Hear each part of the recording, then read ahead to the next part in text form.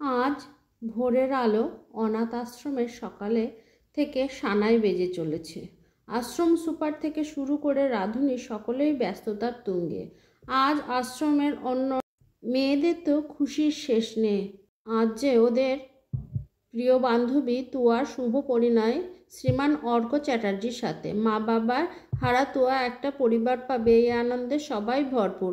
হাসি ঠাট্টার সাথে সাথে চলেছে বিয়ের আয়োজন, যাতে অতিথি হতভাগ্যদের কোনো ত্রুটি না থাকে। আর হবে না বা কেন, তুয়া যে এই হোমের মা দুর্গা, প্রাণশক্তিতে ভরপুর। মেয়েটা সব দিকে সামলে রাখে।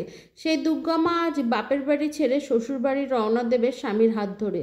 কবেকার ঘটনা, সেই 5 বছর বয়সে এক দুর্ঘটনায় পিতৃমাতৃ হারা হয়ে এখানে এসে পৌঁছেছিল ও কোনো এক রেল স্টেশন থেকে, আর পরিচিত অপরিচিত কাকুর হাত ধরে। তারপর কেটে গেছে 20টা বছর। তোয়া ওর মিষ্টি স্বভাব দিয়ে জয় করে নিয়েছে আশ্রমের সকলের মন। তাই ওর বিয়ে মানে কোনো অংশে বাড়ির মেয়ের বিয়ে ছাড়া আর কিছুই নয়। এদিকে যার বিয়ে, সেই তোয়া আজ জানালার ধারে দাঁড়িয়ে ভাঙা শাড়িতে কিছুটা আনমনা। ওর কাজল কালো দীঘল চোখের দৃষ্টিতে শীতল সুনীল রৌদ্রোজ্জ্বল আকাশের পানে। পরকে কেউ ভালোবেসে বিয়ে করেছে বটে, কিন্তু ওদের বাড়ি গিয়ে সব কিছু মানিয়ে চলতে পারবে তো? কোনো কারণে ওদের স্বামী স্ত্রীর সম্পর্কে অশান্তির কালো মেঘ এসে ভর করে যদি।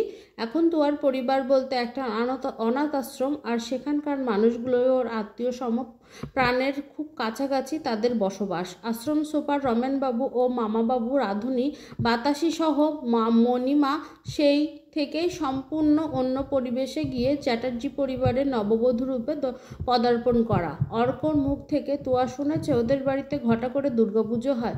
ভালোবাসার সম্পর্ক থাকাকালীন অর্ক ওকে অনেক পড়ে বুঝিয়েছে।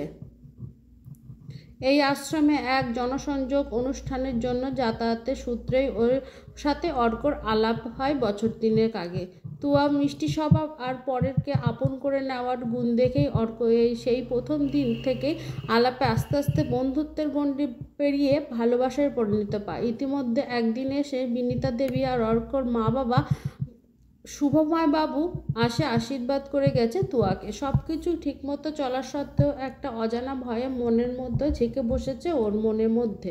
অবশ্যই আরও বেশি ভাবনার অবকাশ পায় না তোয়া। বান্ধবীরা এসে ওকে কলাতলায় নিয়ে যায়। গায়ে হলুদের অনুষ্ঠান শুরু হয়। সেই মিটতে না মিটতেই কনের সাজ, সন্ধ্যার লগ্নে বিয়ে ওদের।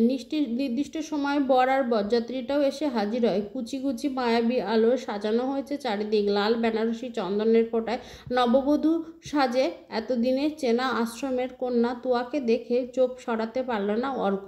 ওর দিকে সলজ্জ হেসে মুখ ঘোরালো তোয়া। একে একে শুরু হয় বিয়ের নিয়মকানুন উপাচার। কন্যা সম্পাদন করতে বসেন তোয়ার মামা মানে আশ্রম সুপার রমেনবাবু। মণ্ডপে উলুধ্বনি মন্ত্র পড়া চালু হয়। এমন সময় পুরোহিত জিজ্ঞাসা করেন কন্যার গোত্র কি।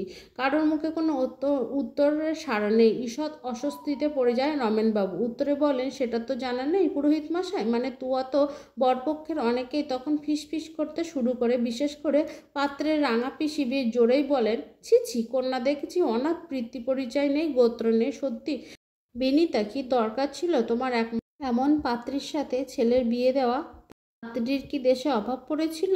গোত্রান্তর না হলে কি বিয়ে সুসম্পন্ন হয়? বিনিতা, তোমার সবেতেই বাড়াবাড়ি। একে তো ছেলের বিয়ে দেখবে বলে স্বয়ং হাজির হলে বিয়ের আসরে। এসব বাপের জন্মে দেখিনি। কি যে অমঙ্গল হবে জানি না। জোর হাত করে কপাল ঠেকায় উনি। তোয়ার চোখ ফেটে জল চলে আসে।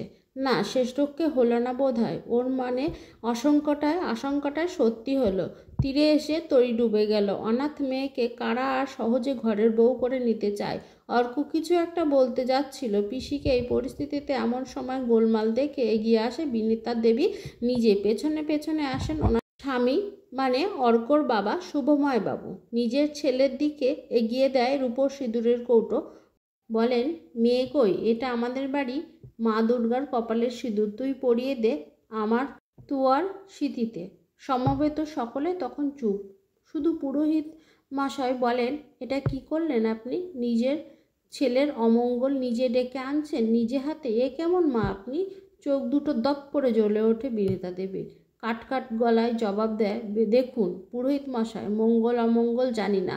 আর রাঙাদি, আপনাকে বলছি যে ছেলেকে জন্ম দিয়ে বড় করে তুলেছি, তার আনন্দের দিনে তার পাশে থাকলে অমঙ্গল হয়, এটা আমি মানতে পারি না।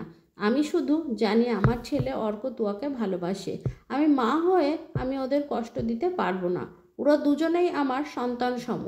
আর মা দুর্গার স্মৃতির সিঁদুর সবার জন্য, সেখানে অনাথ, সধবা, বিধবা, সামাজিক পরিচয় বলে কিছু হয় না। বিসর্জনের শেষ সিঁদুরের রাঙানো মৃন্ময়ী মায়ের বিসর্জন হয় কেন জানেন? যাতে সেই সিঁদুর দিয়ে বোধন করা হয় আমাদের আশেপাশে ছড়িয়ে থাকা তোয়ার মতো শত সহস্র চিন্ময়ী উমাদের।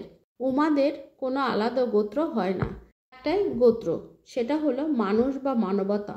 তোয়ার চোখের কোণ বেয়ে তখন বিন্দু বিন্দু মুক্তোর ফোঁটার মতো জল গড়িয়ে পড়ছে। আজ ওর মনের সমস্ত দ্বিধাদ্বন্দ্ব কেটে গেল। নিজের রক্তের বাঁধনের মার কথা ওর এখন মনে পড়ে না। স্মৃতির অতলে বড় লাল টিপ পড়া একটা মুখ শুধু উকি দিয়ে যায় মাঝে মাঝে। কিন্তু বড় হওয়ার পর তুয়ার যখন দুর্গাপুজোয় ধূপধুনোর গন্ধে প্যান্ডেলের দুর্গা মার মূর্তির সামনে দাঁড়াতো, তখন মা বলে একটা শব্দ মনের মধ্যে ভেসে উঠত। সেই মুখটা সাথে বিনীতা দেবীর মুখের কোনো পার্থক্য নেই। মায়ের দেওয়া সিঁদুর দিয়ে তোয়ার সিঁথি রাঙিয়ে দেয় অর্ক। বিবাহ অনুষ্ঠান শেষ হলে দুজন মিলে প্রণাম করে ওনাকে। বিনীতা দেবী কাছে টেনে নেয় দুজনকে। বুঝলি তোয়া, বিসর্জন হোক সমাজের সমস্ত পচা সংকীর্ণতার, বোধন হোক তার তোর মতো উমাদের।